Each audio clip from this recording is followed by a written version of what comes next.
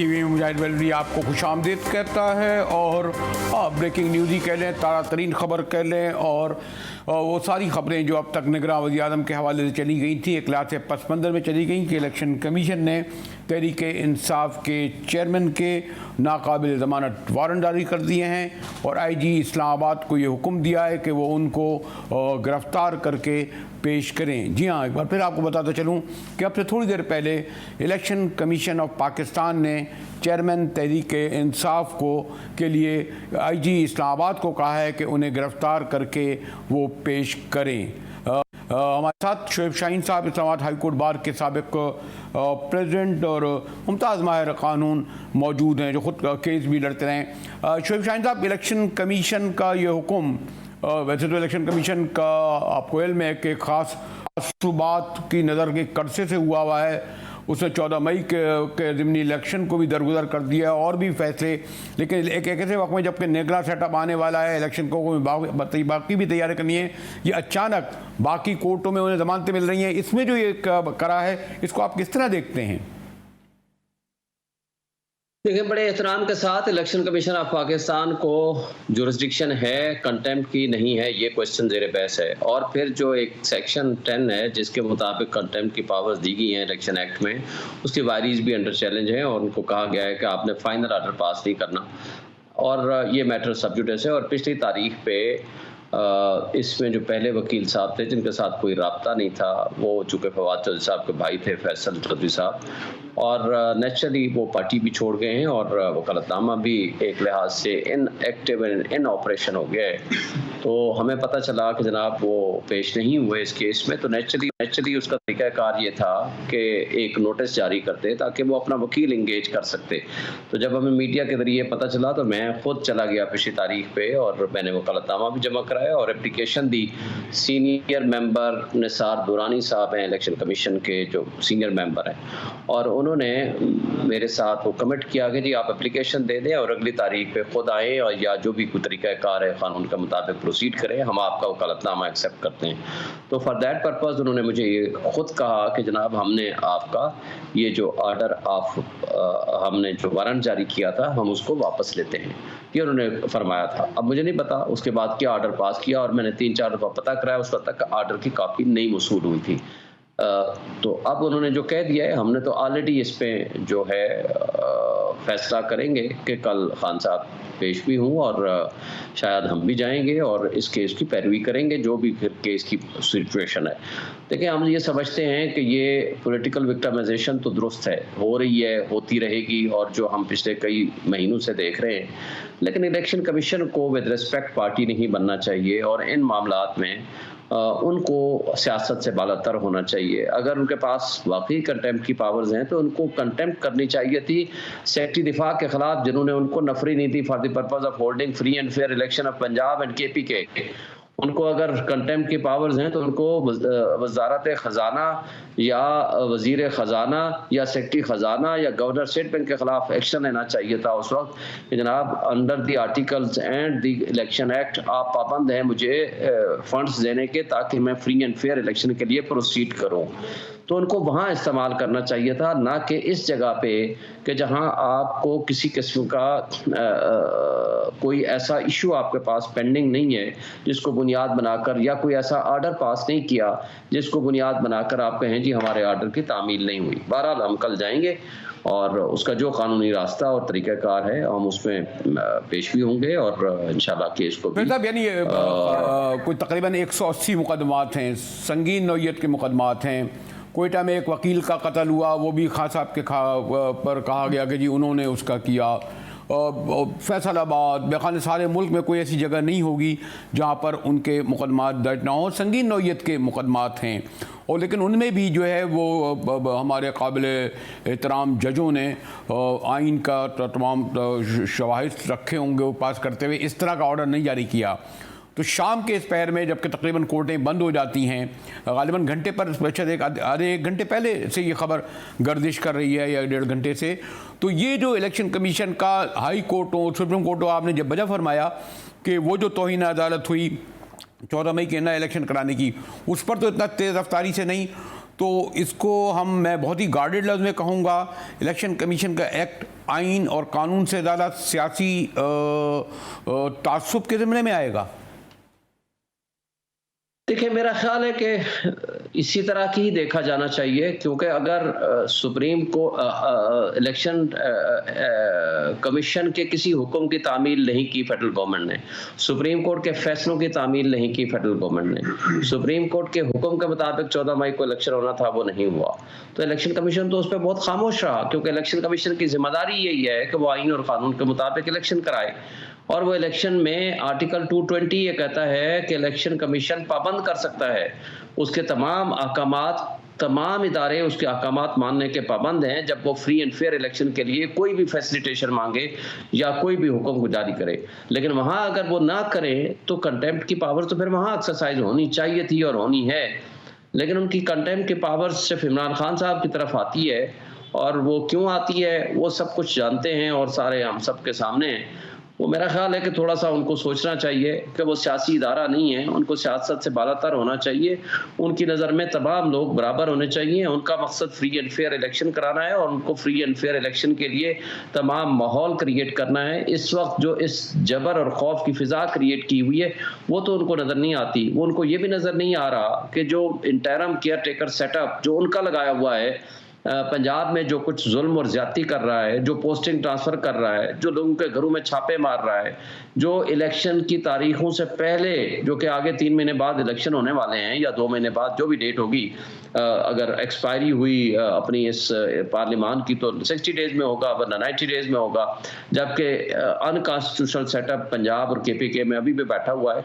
उनको इस तरफ मुतवज्जे होना चाहिए, तवज्जो देना चाहिए कि किस तरह केयर टेकर सेटअप किस तरह अपने कानून और अहद की खिलाफ वर्जी कर रहे हैं और किस तरह आइन की पामाली कर रहे हैं, उस पर उनको तवज्जो देने की जरूरत है, ना कि जिसके साथ जुल्म और ज्यादती हो रही है जिस इदारे। एक और बात भी है शोएब शाहीन साहब, गालिबन जो केयर टेकर सेटअप आएगा, यानी इलेक्शन कमीशन का रोल यहाँ भी तो होता है ना कि उसमें ये श्योर बनाए कि चारों सूबों में, मतलब सिंध में इस वक्त कोई लीडर ऑफ दी अपोजिशन मुझे नहीं इल्म के अभी तक है, जबकि गालिबन 16 दिन रह गए हैं। वफाक में भी अगर आप देखें तो राजा रियाज साहब जो सॉरी टू से, खैर जो भी नून लीग में टिकट मांग रहे हैं अलग बात है, गालिबन अभी तक उन्होंने ये दावा नहीं किया कि वो 16 अरकान उनके साथ हैं या उनकी नौयत क्या है।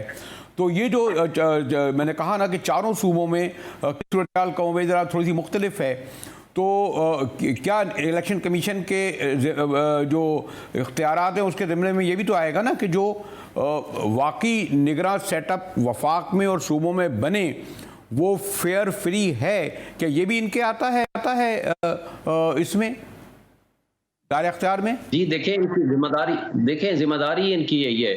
अगर तो जैसे भी हैं राजा रियाज साहब, वो PMLN के टिकट होल्डर भी हैं आगे फ्यूचर के, और इस वक्त वो अपोजिशन लीडर भी हैं। हालांकि अपोजिशन जो एक्चुअल अपोजिशन है, कॉन्स्टिट्यूशन का तकाजा ये है कि अपोजिशन से मुज़ाकरात होने चाहिए, अपोजिशन से कंसल्टेशन के साथ केयर टेकर सेटअप आना चाहिए। लेकिन यहाँ हर कल ही टेढ़ी है, कह रहे हैं कि जनाब हम सागडार को लेके आ रहे हैं। अब एक पार्टी के सरबरा, एक मेंबर हैं, सिटिंग मिनिस्टर हैं, सेनेटर हैं, उनका एक पार्टी से ताल्लुक है, समधी हैं नवाज शरीफ साहब के, और वो ये कहते हैं कि उनको ही हम प्राइम मिनिस्टर बनाएंगे। ये अलग बात है कि हमारे यहाँ कोई कानून, कायदा, आइन की पासदारी वो तो है नहीं है। तो अब जो कुछ हो रहा है वो सब कुछ कौम भी देख रही है, लोग भी देख रहे हैं, हमारे इदारे बांदी बन के खड़े हुए हैं हुकूमत के सामने, लेकिन इनकी जिम्मेदारी है बहरहाल।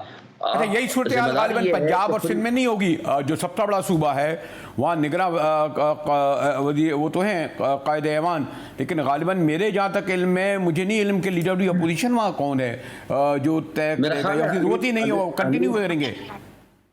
मेरा ख्याल है हलीम आदिल शेख, आई थिंक। लेकिन अगर वो हो पंजाब में कहते हैं कि अब जरूरत ही नहीं है क्योंकि ऑलरेडी निगरां वज़ीर आला मौजूद हैं, उसके बावजूद के 3 महीने उनकी पूरी हो गई थी, किस हद तक वो आईनी कानूनी तौर पर रहे थे या नहीं रहे थे? देखिए, बात तो ये है कि आइन तो इनको 90 दिन का टाइम देता है, उसके बाद तो सारा कुछ अनकॉन्स्टिट्यूशनल है ना। लेकिन जो कुछ वो कर रहे हैं, लेकिन कोई पूछने वाला तो कोई है नहीं, अदालतें भी खामोश होकर पीछे हट गई हैं और जो मुक़्तदर तबके, इदारे और हमारी एस्टेब्लिशमेंट वो सारे के सारी सपोर्ट कर रहे हैं उनको और लोगों की पकड़-धकड़ हो रही है, पीटीआई को क्रश करने की सारी पॉलिसीज़ चल रही हैं। तो अगर ये सारा तर्ज़ अमल और सारा कुछ अगर इस फ्री एंड फेयर इलेक्शन को से पीटीआई को मिटाने, पीटीआई को डबोने और पीटीआई को क्रश करने के लिए है ये सारा केयर टेकर सेटअप, तो सिर्फ यहाँ थोड़ा है। आप देखें जीबी में जहाँ 24 सीटें वाले को अक़लियत में बदल दिया और जिसके पास टोटल सारा अपोजिशन मिल के 9 सीटें थी, जिसमें जेयूआई, पीपल्स पार्टी, पीएमएलएन, लेकिन उनको इक़्तिदार मिल गया और पीटीआई को हटा दिया गया। हालांकि इतना सेंसिटिव एरिया है कि वहाँ लोगों की ख्वाहिशात के बरक्स जाना मुनासिब नहीं था। इसी तरह आपने कश्मीर में देखा, इतनी बड़ी अक्सरियत के साथ उनको हटा दिया गया, जो अक़लियत थी उसको अक्सरियत में तब्दील कर दिया गया। तो ये सारी चीज़ें तो हम सब देख रहे हैं, कौम देख रही है, लोग देख रहे हैं। तो ये हमारे मुल्क की बदकिस्मती है कि अगर हमने आइन और क़ानून की पासदारी की बजाय उसकी पामाली को तमाम इदारों ने अपना मतमय नज़र बना लिया है, तो फिर मैं अफसोस नहीं कर सकते। मैं अगर आपसे आखिर में कंक्लूडिंग सवाल ये पूछूं कि अब अगर यानी जैसे ये कहते हैं कि जी जनाब उनको आईजी इस्लामाबाद गिरफ्तार करने पहुंचेंगे, गिरफ्तार करके लेके जाएंगे, लेकिन आपने ये कहा कि ज़मानत हो गई, यानी अभी तक इबहाम है। खान साहब खुद गालिबन बनी गाला में है, अगर मैं थोड़ा सा वो हूँ या कुछ थोड़ा सा उनके वो भी खबर नहीं आती ना वेयर अबाउट्स की भी, क्या पोजीशन है? मेरा ख्याल है वो बनीगाला में है और वो कल ज़्यादा इम्कान ये है कि वो कल पेश होंगे। बहरहाल मैं तो पेश होऊंगा और इसमें हम लीगल टीम भी पेश होगी और उसमें हम कंसल्ट करेंगे, वो पेश होंगे। उनको तो कोई किसी किस्म का अभी कोई ऐसा कोई फैसला हुआ नहीं है, लेकिन ये for the procuring the attendance of the Imran Khan साहब हैं। और नहीं, लेकिन ये भी तो हो सकता है कि अलग सुबह यानी अदालत से पहले या रात के किसी पहर में जब एक वारंट दाखिल हो गए हैं तो ये श्योर करने के लिए कि ज़रूर पेश चलें, तो इसका इम्कान है कि रात के किसी पहर में गिरफ्तार कर लें, सुबह अलग सुबह करके पेश कर नहीं, ऐसा नहीं होता। अच्छा, ऐसा इसलिए नहीं होता कि उसके लिए सिर्फ ये होता है कि वारंट की तामील कराई जाती है कि जी आप पेश होंगे हर हाल में, क्योंकि ये कोर्ट का आर्डर है। दो फिर ऑप्शन होते हैं, या तो उसको सस्पेंड कराएं before appropriate forum petition file करके, या फिर उसमें पेश हो जाएं। दोनों ऑप्शंस अवेलेबल हैं। तो मेरा नहीं ख्याल कि इसमें किसी किस्म का कोई ऐसा बहाम है। तो बाकी तो ज़ाहिर है इनके पास तो हर तरह के रास्ते वास्ते हैं। अगर कोई एफआईआर नहीं भी कटी हुई, जब चाहें कर लें। इस्लामाबाद हाई कोर्ट में इन्होंने क्या किया था, जिस केस में जमानत के लिए अदालत ने डेट रखी हुई है, टाइम रखा हुआ है, थंब इम्प्रेशन करा रहे हैं, अदालत के अमले के साथ हैं, अदालत की तहवील में हैं, अदालत के पास सरेंडर किया हुआ है, वहाँ रेंजर्स आते हैं, इस्लामाबाद हाई कोर्ट के शीशे तोड़ते हैं, वहाँ से उनको गिरफ्तार करते हैं। सिर्फ गिरफ्तार नहीं, एक्चुअली किडनैप करते हैं और वहाँ वकीलों को तशद्दुद का निशाना बनाते हैं, अमले को, हाई कोर्ट के अमले को तशद्दुद का निशाना बनाते हैं। और फिर माजरत के साथ हमारे इस्लामाबाद हाई कोर्ट के चीफ जस्टिस कहते हैं बिल्कुल ये गलत हुआ है, इनके खिलाफ एफआईआर कटे हैं। वो सीसीटीवी फुटेजेस भी सारा कुछ उठा के ले जाते हैं, लेकिन वो कहते हैं एफआईआर काट दें इनके खिलाफ, लेकिन आज तक एफआईआर भी नहीं कटी। वो माल मुकदमा भी वापस नहीं आया, सीसीटीवी फुटेज कौन ले गए, किसके पास है, अभी तक वो उन्होंने वापस नहीं किया। जिस हाई कोर्ट की खुद मुद्दाई है एफआईआर नहीं कटी, और फिर साथ ही वो कह देते हैं लेकिन हाँ वारंट की तामील ठीक हुई है, फिर सुप्रीम कोर्ट को इंटरवीन करना पड़ा। तो ये सारी चीजें हमारा देखें, तारीख इन सब चीजों को लिख रही है। कल इस सारा वक्त बहरहाल तारीख किस तरह इनको देखेगी, किस नज़र से देखेगी, कौन तारीख के किस मौके पे खड़ा होगा। जस्टिस मुनीर की जो रेपुटेशन हो रही है, जिस तरह का इंसाफ का दौरा मेयार हो रहा है और कानून इंसाफ की जो धज्जियां बखेरी जा रही हैं, ये सब कुछ अदालत मोहतरम शोएब शाहीन साहब, शुक्रिया शोएब शाहीन साहब। जैसे मैंने कहा कि अभी अब से थोड़ी देर पहले इलेक्शन कमीशन ने तहरीक इंसाफ के चेयरमैन का नाकाबिल ज़मानत वारंट जारी करे और इस्लामाबाद आईजी से कहा है कि उन्हें गिरफ्तार करके पेश किए दें, लेकिन शाहीन साहब का कहना है कि उन्होंने उनकी तरफ से पेश हुए और जब तक वारंट की तकमील नहीं होगी उनकी गिरफ्तारी अमल में नहीं आएगी और कल वो सुबह पेश होंगे। हमारे साथ रहिएगा, मिलते हैं एक ब्रेक के बाद।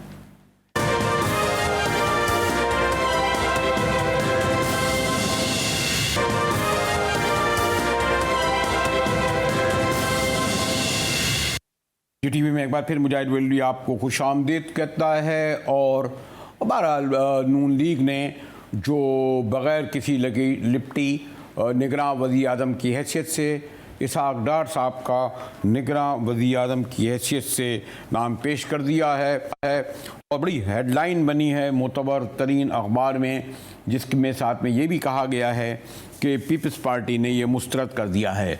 हमारे साथ पीपल्स पार्टी के सीनियर रहनुमा मुआविन वज़ीर भी हैं, मोहतरम कायरा साहब मौजूद हैं। कमरुज़्ज़मा कायरा साहब शुक्रिया। तो कायरा साहब, आप तो निगोशिएशन दुबई में हो रहे थे, लेकिन ये तो कल से नाम उनका फ्लोट कर दिया गया कि निगरां वज़ीर आला हैं, आपने गो मुस्तफ़ा हो। कायरा साहब साहब, मेरे इल्म में ऐसी कोई खबर नहीं है।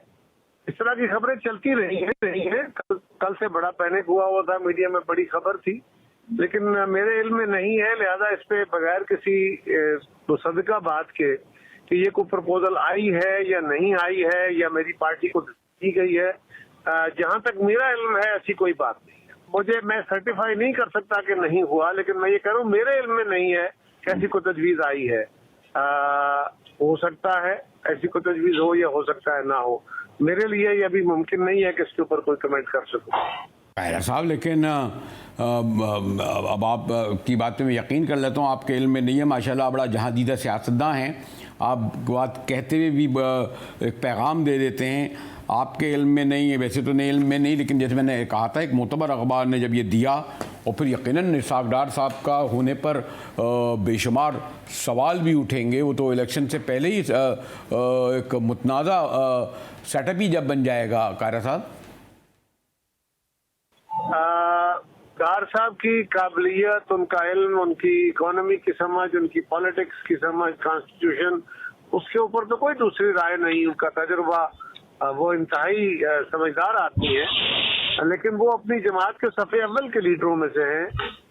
उनके नाम पे इत्तेफाक होना या उनके नाम पे मुबाहिसा छिड़ना, ये एक फितरी अमल होगा। मुझे अभी पता नहीं है, लिहाजा इसके ऊपर कोई हतमी बात कहना मुमकिन नहीं है। ये मेरी जाती राय कि इससे बहस ज्यादा होगी मुनिस्बत इसका कोई फायदा होगा। तो फिर अच्छा ये भी कहना कायरा साहब कि चलें, यही कंट्रोवर्शियल सबसे पहले तनाज़ा पैदा हो गया। दूसरे 14 अगस्त को असम्बलियाँ तहलील भी हो जाएं या उससे पहले हो जाएं, 60 दिन में हों या 90 दिन में हों, लेकिन लोग ये कहते हैं इसलिए इब्हाम है कि जब पिछली पंजाब की गवर्नमेंट और KP की गवर्नमेंट भी तो तहलील हो गई थी, असम्बली इलेक्शन नहीं कराए, उन्होंने कहा आइन आगे खामोश है, नहीं कराते 45 दिन में। अभी भी वही सवाल उठेगा। इसीलिए इलेक्शन के होने ना पाने के बारे में क्यों इतनी गैर यकीनी इब्हाम की सूरत हाल है कायरा साहब? बड़ा खुले तौर पे आइन इस पे हतमी डेट दे रहा है। अवाम ने जो मैंडेट इस हुकूमत को या इन असम्बली के मेंबरान को, इस असम्बली को दिया या असम्बलियों को दिया, वो इस माह की 13 तारीख को खत्म हो रहा है। उससे बियॉन्ड जाने का असम्बली के पास कोई जवाब नहीं है, अनलेस एंड अनटिल कोई बहुत गैर मामूली सूरत हाल जो आइन के अंदर ही है, कोई ऐसी सूरत हाल जिसमें इलेक्शन का इनेकाद अमलन मुमकिन न रहे, खुदा न खास्ता जंग लग जाए, सिविल वार हो जाए, कोई पेंडेमिक फैल जाए, ऐसी सूरत में। अदरवाइज तो कोई सूरत नहीं है। कुछ मुबाहिसा है कि शायद मर्दमशुमारी के ऊपर, जो नहीं मर्दमशुमारी है इसके ऊपर कुछ जमातों के एतराज़ात भी आए। MKM ने फर्ज करे तो मुतालबा किया, तो मुतालबे में तो उसका तो एहतराम है।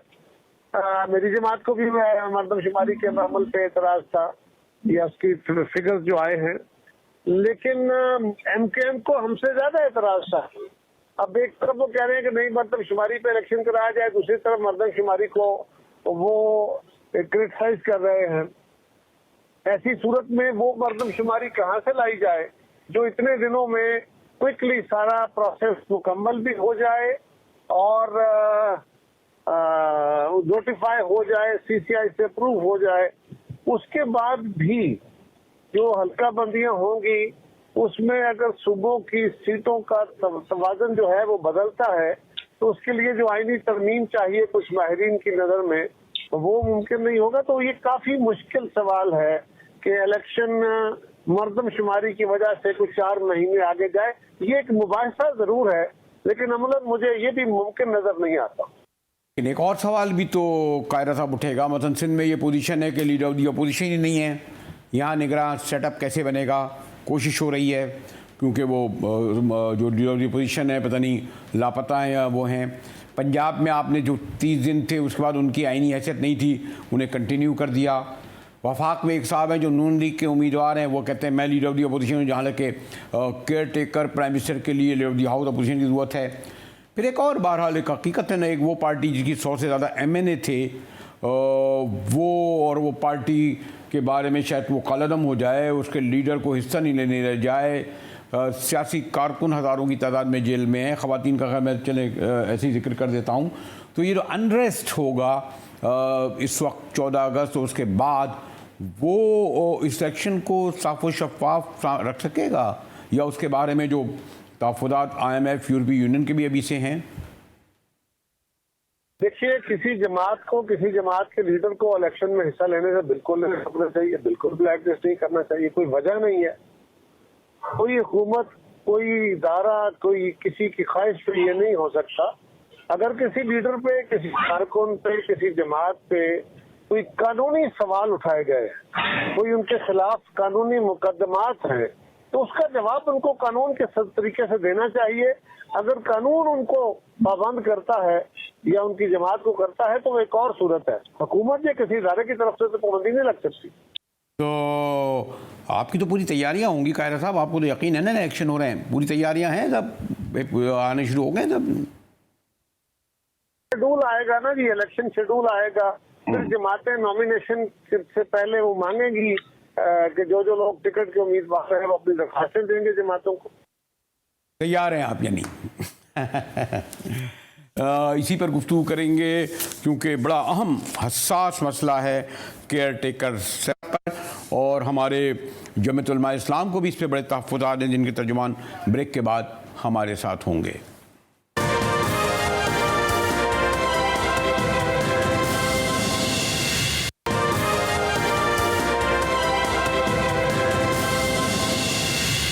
टीवी में एक बार फिर मुजाहिद वली आपको खुशामदीद कहता है। और अब तो तकरीबन निगरां सेटअप के लिए नाम भी आने शुरू हो गए हैं, ख़ास तौर पर इसहाक डार का नाम आने से पहले ही कंट्रोवर्शियल हो गया है। हमारे साथ तर्जुमान JUI हाफिज़ अहमदुल्लाह साहब हैं। जी अहमदुल्लाह साहब, पिछली बार दुबई में बैठक हुई, आप लोगों को बड़ी नाराज़गी हुई कि हमें नहीं बताया गया। उन्होंने कहा जी 2 पार्टियाँ हैं, जहाँ चाहें बैठें। अब फिर बैठक हो रही है, जारी है, हुई अभी कुछ दिन पहले, मुझे नहीं पता कितना एतमाद में लिया गया आपको, तो क्या सूरत हाल है अहमदुल्लाह साहब? देखिए बरेलवी साहब, बिस्मिल्लाहिर्रहमानिर्रहीम, एक बात वाज़ेह है, 1-2-3 उसूलों को सामने रखना होगा, फिर आगे गुफ्तगू को बढ़ाएंगे। एक तो मुल्क में जो हुकूमत है ये एक पार्टी की हुकूमत नहीं है, मुख्तलिफ और मुताबिक जमातों की मुश्तरका हुकूमत है। PDM और हुक्मरान इत्तेहाद तकरीबन 13-14 पार्टियां हैं।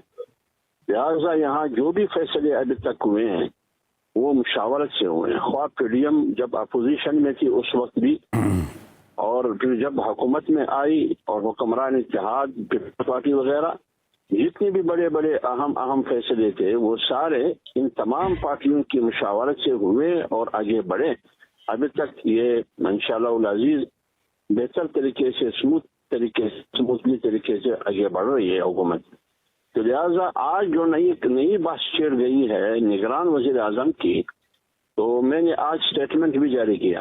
मैंने कहा कि निगरान वज़ीर आज़म पर हो सकता है PMLN ने अपने सफ़ों में अपनी जमात के हद तक इसहाक डार के नाम पर या किसी भी नाम पर फैसला किया होगा, लेकिन हुक्मरान इत्तेहाद और PDM में शामिल जमातें बाकायदा उनकी फौरन से उनकी प्लेटफार्म से ऑफिशियली यह फैसला नहीं हुआ है। फैसला उस वक्त होगा जब ये तमाम मिल बैठ के मुशावरत करके मुशावरत के बाद पर फैसला होगा।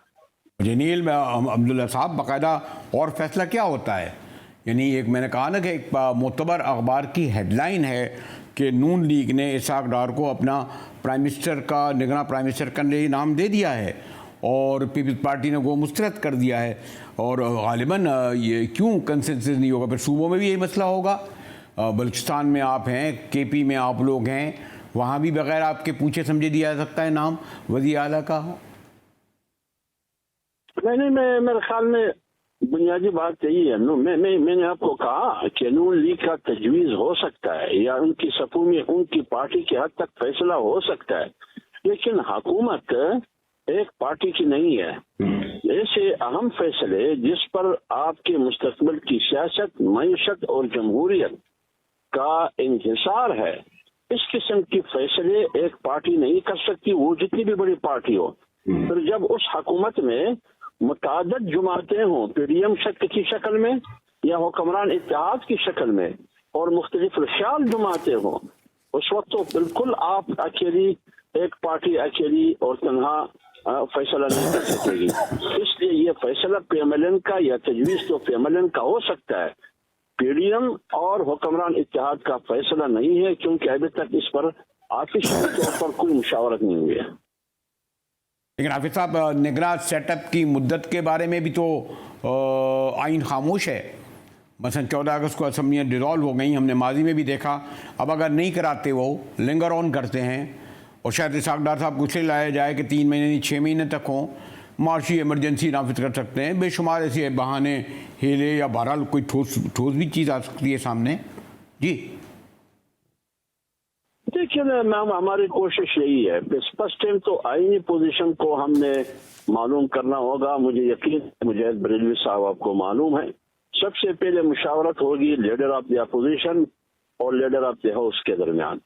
अगर वो इत्तेफाक मुत्तफिक ना हुए एक नाम पर, तो आगे पार्लिमानी बोर्ड के पास जाएगी, पार्लिमानी पार्टियों की और कमेटी के पास। अगर वो भी मुत्तफिक ना हो सके फिर तो इलेक्शन कमीशन फैसला करेगी, लेकिन यहाँ ये नौबत नहीं आएगी। लेकिन फिर जो भी नाम आए, फिर लीडर ऑफ द हाउस अपने साथ वो बाकायदा जो बकिया जमाते हैं हुकूमती इत्तेहाद में, उसको इत्तेमाद मिलेंगे। लीडर ऑफ द अपोजिशन अपने अपोजिशन में जो जमाते हैं इत्तेहाद मिलेंगे, आगे बढ़ेंगे, ये फैसला होगा। तो जब निगरान सेटअप आएगी तो निगरान हुकूमत, निगरान वज़ीर आज़म वो न कोई हाफिज शेख जैसा आदमी होगा, न रजा बाकिर, न मोइन कुरैशी, शौकत अजीज जैसे लोग होंगे। इम्पोर्टेड लोग नहीं होंगे, क्योंकि वो 3 महीने या 4 महीने हुकूमत करके फिर अपना बक्सा। अगर मैं हाफिज साहब, कल मौलाना की यहाँ आमद हुई, हज़रत मौलाना फजल रहमान साहब की जीडीए के रहनुमाओं से मुलाकात हुई, कुछ सरगोशियों की शक्ल में आई कि शायद पीपल्स पार्टी के ख़िलाफ़ कुछ सिंध में महाज बने या जॉइंट कैंडिडेट्स हों, तो कुछ इस तरह की सूरत हो सकती है हाफिज साहब? मैं आपको क्या आईनी पोजीशन यही नहीं है। अभी मैं तो सुप्रीम कोर्ट नहीं हूँ कि इलेक्शन कमीशन का इख्तियारात पीडीएम हुकूमत में हुए बगैर, क्योंकि निगरान हुकूमत की होगी तो पीडीएम तो इलेक्शन कमीशन के इख्तियारात अपने पास नहीं रख सकते, न पीडीएम का सरबराह मौलाना साहब रख सकते हैं। ये सुप्रीम कोर्ट ही कर सकता था। जो 14 मई पंजाब के इलेक्शन का उन्होंने डेट दिया, वो इख्तियारात जो इलेक्शन कमीशन की थी, वो सारे इख्तियारात सुप्रीम कोर्ट ने अपने पास रख लिया। कानूनी माहिरीन ने कुछ जिसने उस पर सवालात भी उठाए। लिहाजा मैं इलेक्शन कमीशन में क्या मुदाखलत कर सकता हूँ? फर्ज आपका जो सवाल है वो मफरूजे पर मबनी है। नहीं मैं तो आखिर आ रहा था आपसे, मैं उससे आगे बढ़ के आगे बात कर रहा था मौलाना क़यामत पे, लेकिन मुझे कहा जा रहा है कि मेरे पास इतना ही वक्त है कि मैं आपसे इजाज़त लूँ। शुक्रिया हाफिज़ साहब, आपने हमारी वक्त निकाला। इसी के साथ ही जी मुजाहिद बरेलवी को इजाज़त दीजिए।